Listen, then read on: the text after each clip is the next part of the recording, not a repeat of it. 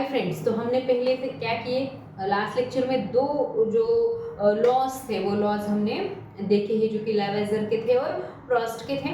Simple laws थे, थोड़े से कॉम्प्लिकेशंस, थोड़े से एक नॉर्मल कॉम्प्लिकेशंस इस लॉज में क्या होते हैं, बढ़ते हैं। सिंपल है, इतना भी डिफिकल्ट नहीं है ये। देखो, लॉ ऑफ मल्टीपल प्रोपोर्शन, यहाँ पे क्या देखना है हमें, मल्टीपल प्रोपोर्शन। लास्ट लॉ में हमने क्या देखा था कि जो रेशो है, जो प्रोपोर्शन है वो क्या होता है, फिक्स्ड होता है। ये प्रोस्ट का जो लॉ है फिक्स्ड प्रोपोर्शन में हमने देखा था। अभी इसमें क्या देखना है हमें, मल्टीपल प्रोपोर्शन क्या होता है वो देखना है। ऑब्वियसली ये जो लॉ है डाल्टन ने दिया हुआ है, साइंटिस्ट डाल्टन जो है इन्होंने ये क्या किया है, दिया गया है, फॉर्मुलेट किया गया है। अभी डाल्टन का मानना क्या है, एग्जैक्टली क्या फॉर्मुलेट करना चाहते हैं वो यहाँ पे देखते हैं। When one element combines with the other element. अब देखो, यहाँ तक तो हमने वो पहले वाले लॉज में भी देखा कि जब एक एलिमेंट दूसरे एलिमेंट के साथ क्या होता है, कंबाइन होता है, यानी कि रिएक्शन होती है टू फॉर्म टू और मोर डिफरेंट कंपाउंड्स।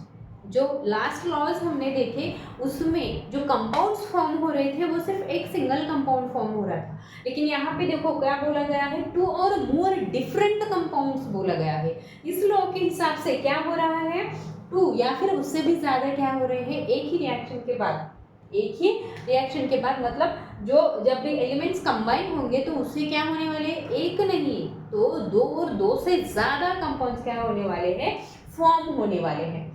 देखो, अभी the mass of one element which combines with a constant mass of the other bear a simple ratio two one another. देखो इसमें क्या होने वाले हैं। अब देखो, ऐसा तो जरूरी नहीं कि हर टाइम जब भी कोई एलिमेंट्स कंबाइन हो जाए और उससे सिर्फ एक ही क्या हो जाए, एक ही सब्सटेंस तैयार हो जाए या फिर कोई एक ही कंपाउंड क्लियर हो जाए या फिर एक ही कंपाउंड बन जाए, ऐसे तो नहीं होता है। तो ये लॉ क्या बोलता है देखते हैं। देखो, ये बोलता है कि simple ratio here means the ratio between a small natural number such as, जैसे कि देखो अभी जिस तरीके से रिएक्शन होगी उस तरीके से इनका जो रेशियो है कभी कभार 1:1, 1:1, 1:2, 1:3, इस तरीके से क्या हो सकता है, चेंज हो सकता है।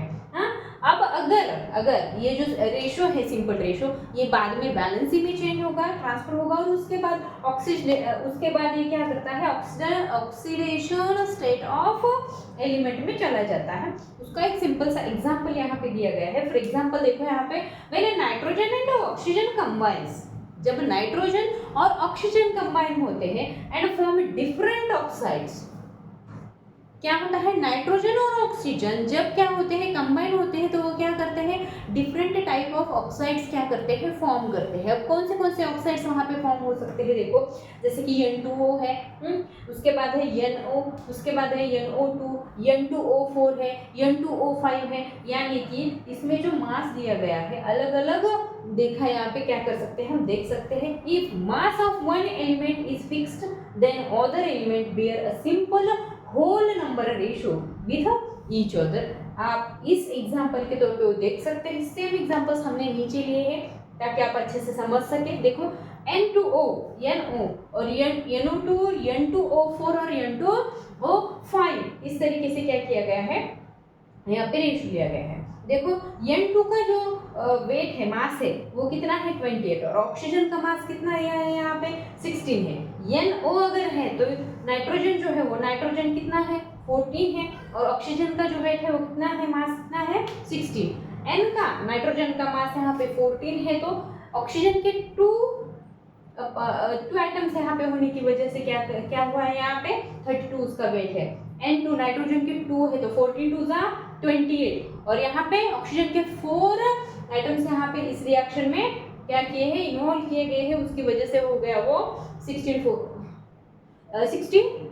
और N2O5 सेम है, नाइट्रोजन के 2 एटम्स हैं, ऑक्सीजन के 5 एटम्स यहाँ पे क्या किए गए हैं, यूज किए गए हैं, उसकी वजह से नाइट्रोजन 14 2 28 एंड 16 5 80। ओके, इस तरीके से क्या है, ये रेशियो चेंज होता नजर आएगा आपको। सिंपल होल नंबर्स यहाँ पर क्या होते नजर आएंगे, चेंज होते नजर आएंगे। अभी हमने क्या किया, नाइट्रोजन को फिक्स रखा। हमने क्या किया है, यहाँ पे नाइट्रोजन को फिक्स रखा, तो ऑक्सीजन में क्या चेंजेस आते हैं देखते हैं। देखो, नाइट्रोजन को 14 14 14, हर इसमें क्या किया हमने, फिक्स्ड रख दिया उसको। अभी देखो ऑक्सीजन कितने हैं, 1 है तो 8 आए, यहाँ पे 16, 32, ऑक्सीजन 32, फिर से ऑक्सीजन फूड।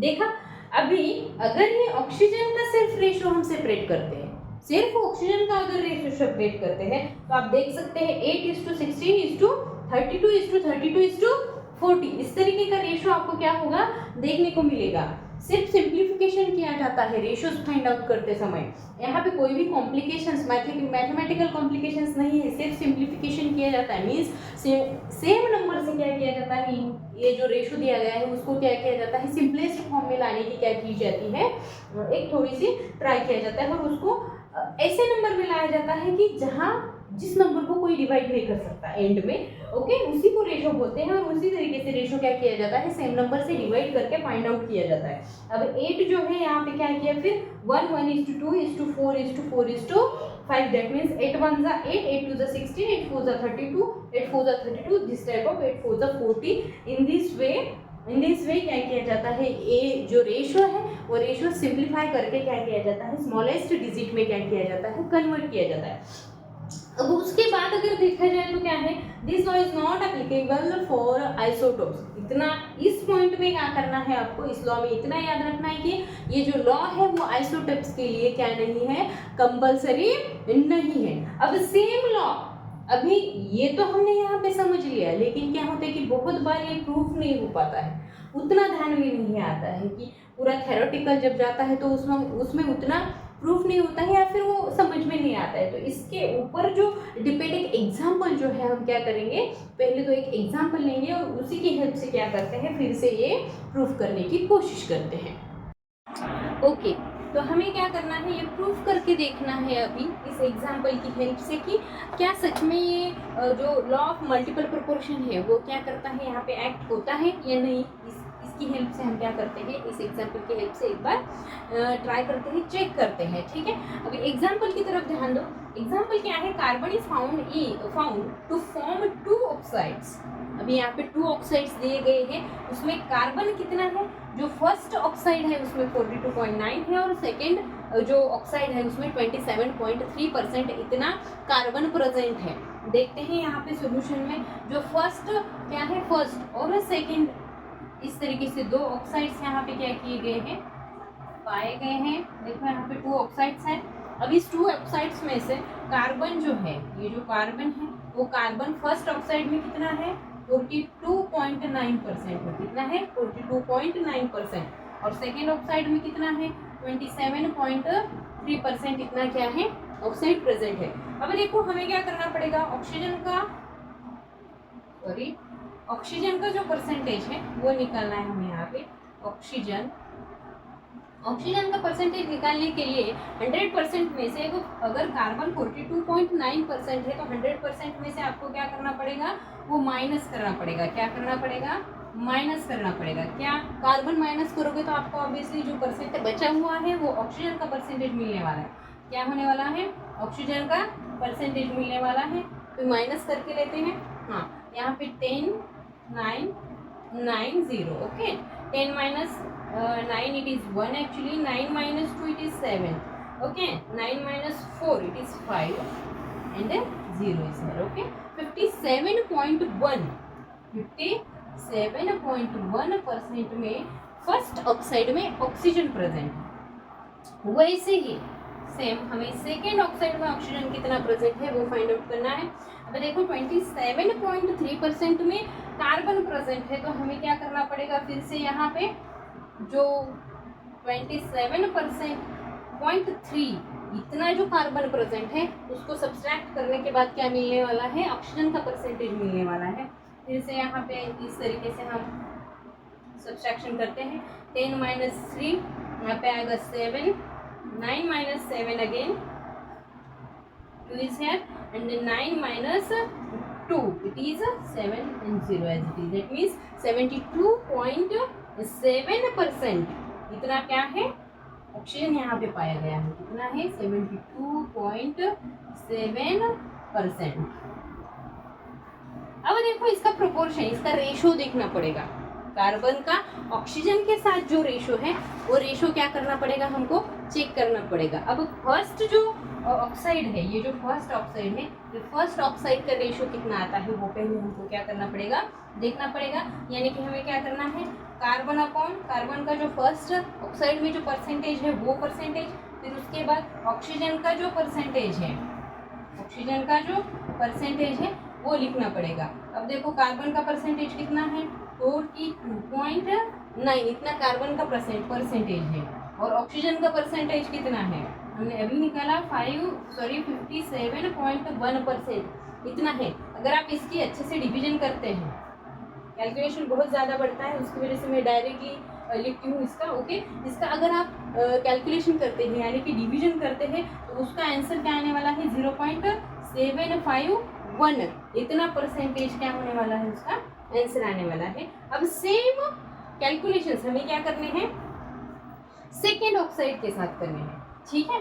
चलिए अभी जो सेकेंड ऑक्साइड है, फिर से हमें जो कार्बन है, इस कार्बन का परसेंटेज चाहिए, और उसके नीचे क्या आने वाला है, ऑक्सीजन का परसेंटेज आने वाला है, क्या आने वाला है, ऑक्सीजन का परसेंटेज, ठीक है। अब कार्बन का परसेंटेज सेकेंड ऑक्साइड में कितना है, 27.3%, राइट, इट इज 3%, इतना क्या है हमारे पास, कार्बन है। और अभी डिवाइड बाय क्या करना है, हमें ऑक्सीजन करना है, क्या करना है, ऑक्सीजन, ऑक्सीजन कितना है, 72.7%, इतना क्या प्रेजेंट है हमारे पास, अवेलेबल है ऑक्सीजन। तो अगर आप इसका कैलकुलेशन करते हैं तो कैलकुलेशन के बाद हमारे पास जो आंसर आता है वो क्या है, 0.376, इतना क्या होता है हमारे पास, आंसर आता है कि नहीं।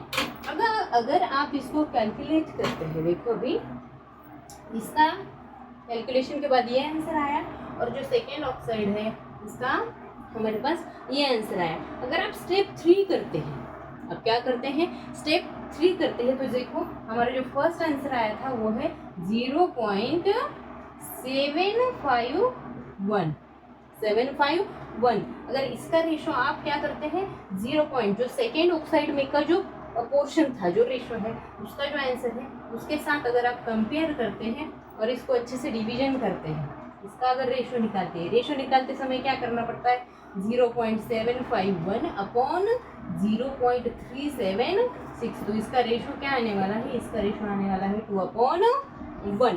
क्या रेशो आएगा, 2/1। अभी ये हमने फ्रैक्शन के फॉर्म में लिखा हुआ है, लेकिन इसको हम अगर रेशो के फॉर्म में लिखेंगे तो वो क्या आता है, 2:1।